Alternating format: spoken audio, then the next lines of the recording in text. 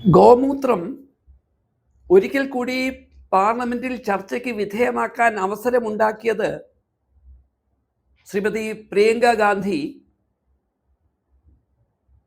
Madras IITയുടെ director V Kamakoti നടത്തിയ ഒരു പഴയ പ്രസംഗത്തെ പരാമർശിച്ചുകൊണ്ടുള്ള പ്രസംഗത്തിലാണ്.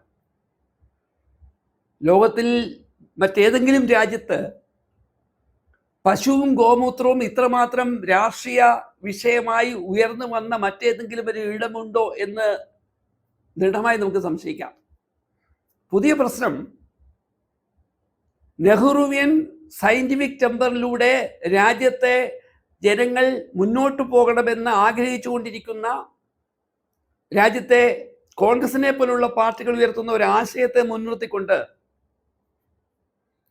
പരീക്ഷാ ക്രമക്കേടുകൾ ആവർത്തിക്കാതിരിക്കാൻ ഉതകുന്ന ഒരു ബില്ലിന്റെ ചർച്ചയിൽ ശ്രീമതി പ്രിയങ്ക ഗാന്ധി എങ്ങനെയാണ് RSS മുന്നോട്ട് വെക്കുന്ന ശാസ്ത്രയുക്തിക്ക് നിരക്കാത്ത ആശയങ്ങൾക്ക് വിദ്യാസമ്പന്നരും രാജ്യത്തിൻ്റെ അഭിമാനകരമായ IIT പോലുള്ള സ്ഥാപനങ്ങളുടെ ഉയർന്ന പദവിയിൽ ഇരിക്കുന്നവരും ശാസ്ത്രബോധത്തെ തള്ളിപ്പറഞ്ഞ് RSSന്റെ ഗൂഢലക്ഷ്യങ്ങളെ പൊതു ഇടങ്ങളിൽ അവതരിപ്പിക്കാൻ മടിക്കാത്തതെന്ന് തെളിയിക്കുന്നതായിരുന്നു.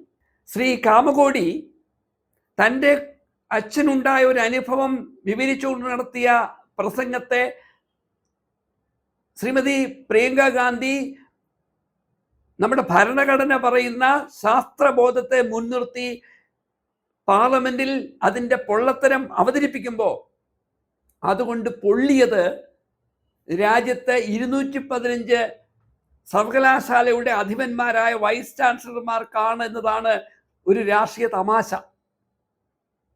നോക്കൂ, വൈസ് ചാൻസലർമാർ എന്ന പദവിയിലേക്ക് എത്തുന്നവർ ഏറ്റവും കുറഞ്ഞത് വിദ്യാഭ്യാസ മേഖലയിൽ വിവിധ തരത്തിൽ പ്രവർത്തിച്ച് പ്രൊഫസർ തുടങ്ങിയ പദവികളിൽ എത്തിയവരായിരിക്കും.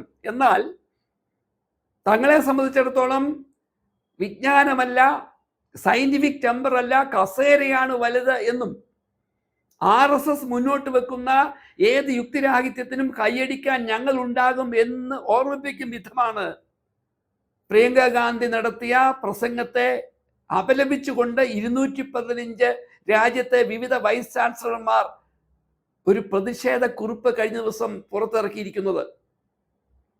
നമുക്കറിയാവുന്ന പോലെ ഗോമൂത്രത്തിന് അതിൻ്റെതായ പ്രാധാന്യമുണ്ട്. നമ്മുടെ ഒരു മുൻ പ്രധാനമന്ത്രി മനുഷ്യരുടെ മൂത്രം, അവരവരുടെ മൂത്രം സ്വയം കുടിക്കുന്നതിനെ പറ്റി അദ്ദേഹത്തിൻ്റെ അനുഭവങ്ങൾ പങ്കുവച്ചിട്ടുണ്ട്. പക്ഷെ പൊതു ഇടങ്ങളിൽ അദ്ദേഹത്തിൻ്റെ ഭക്തരായ അനുയായികൾ ആരെങ്കിലും നമ്മളൊക്കെ നമ്മളുടെ മൂത്രം കുടിച്ചു വേണം നമ്മുടെ ചികിത്സകൾ നടത്താനെന്ന് വാദിച്ചിരുന്നില്ല. എന്നാൽ ഇവിടെ അതല്ല പ്രശ്നം.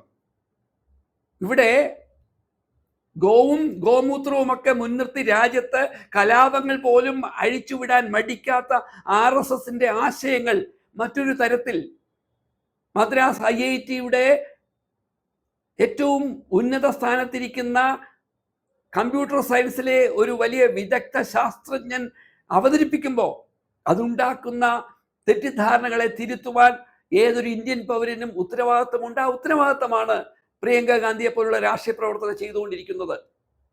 നോക്കൂ, ഈ വിഷയത്തിൽ നമ്മുടെ രാജ്യം എന്ത് നിലപാടാണ് എടുക്കേണ്ടതെന്ന് ചോദിച്ചാൽ ഇത്തരം വിഷയങ്ങളെ പഠിക്കുവാൻ ജനങ്ങളുടെ ചെലവിൽ തുടങ്ങി പ്രവർത്തിച്ചുകൊണ്ടിരിക്കുന്ന ഇന്ത്യൻ വെറ്റിനറി റിസർച്ച് ഇൻസ്റ്റിറ്റ്യൂട്ട് പറയുന്നു, ഗോമൂത്രം നമ്മൾ ആരും കുടിക്കരുത്. കാരണം അതിൽ 14ഓളം അപകടകരമായ ബാക്ടീരിയയുടെ സാന്നിധ്യമുണ്ട്. എസ്റ്റർല കോളെ പോലെയുള്ള ബാക്ടീരിയകൾ അടങ്ങിയ ഗോമൂത്രമാണ് സാധാരണ ലഭിക്കുന്നത്. കുടിച്ചാൽ ഒട്ടേറെ അപകടങ്ങൾ വരുത്തിവെക്കും എന്ന് രാജ്യത്തിൻ്റെ തന്നെ ഈ മേഖലയിൽ പ്രവർത്തിക്കുന്ന ശാസ്ത്ര സംഘം, ശാസ്ത്ര സംഘടന, ശാസ്ത്ര സ്ഥാപനം പറയുമ്പോഴാണ് നോക്കൂ, മദ്രാസ് IITയുടെ തലതൊട്ടപ്പൻ ഒരു പൊതുവേദിയിൽ തൻ്റെ അച്ഛൻ്റെ രോഗശാന്തിക്ക് ഗോമൂത്രം കുടിച്ച് അത്ഭുതങ്ങൾ സംഭവിച്ചു എന്ന് വിവരിച്ചത്. അതിനെതിരെ നടത്തിയ പ്രിയങ്കയുടെ പ്രസംഗത്തെ ഏതെങ്കിലും ഒരു RSSകാരൻ ന്യായീകരിച്ചാൽ നമുക്ക് മനസ്സിലാകും. എന്നാൽ ആ പ്രസംഗത്തെ തള്ളിപ്പറയുവാനും കാമകോടി കാമകോടിയെ പോലെയുള്ള പ്രൊഫസർമാർക്ക് ഇത്തരം ആശയങ്ങൾ പറയുവാനും കൂടി നമ്മുടെ ജനാധിപത്യം അവസരം തരുമെന്ന് 215 വൈസ് ചാൻസലർമാർ പറയാൻ മുന്നോട്ട് വന്നു എങ്കിൽ നമ്മുടെ രാജ്യത്തെ ആശയപരമായി എത്രമാത്രം തകർക്കുവാനാണ് RSSനോടൊപ്പം നിൽക്കുന്നത് ശ്രമിക്കുന്നത് ബോധ്യപ്പെടും. മലയാളികളെ സംബന്ധിച്ചിടത്തോളം ഈ 215 വൈസ് ചാൻസലർമാരിൽ കേരളത്തിൽ നിന്നുള്ള RSS പാദസേവകരായ വൈസ് ചാൻസലർമാർ ആരെങ്കിലും ഒപ്പിട്ടിട്ടുണ്ടോ എന്നതായിരിക്കും വരും ദിവസങ്ങളിൽ മലയാളികളെ കൗതുകപ്പെടുത്തുന്ന കാര്യം.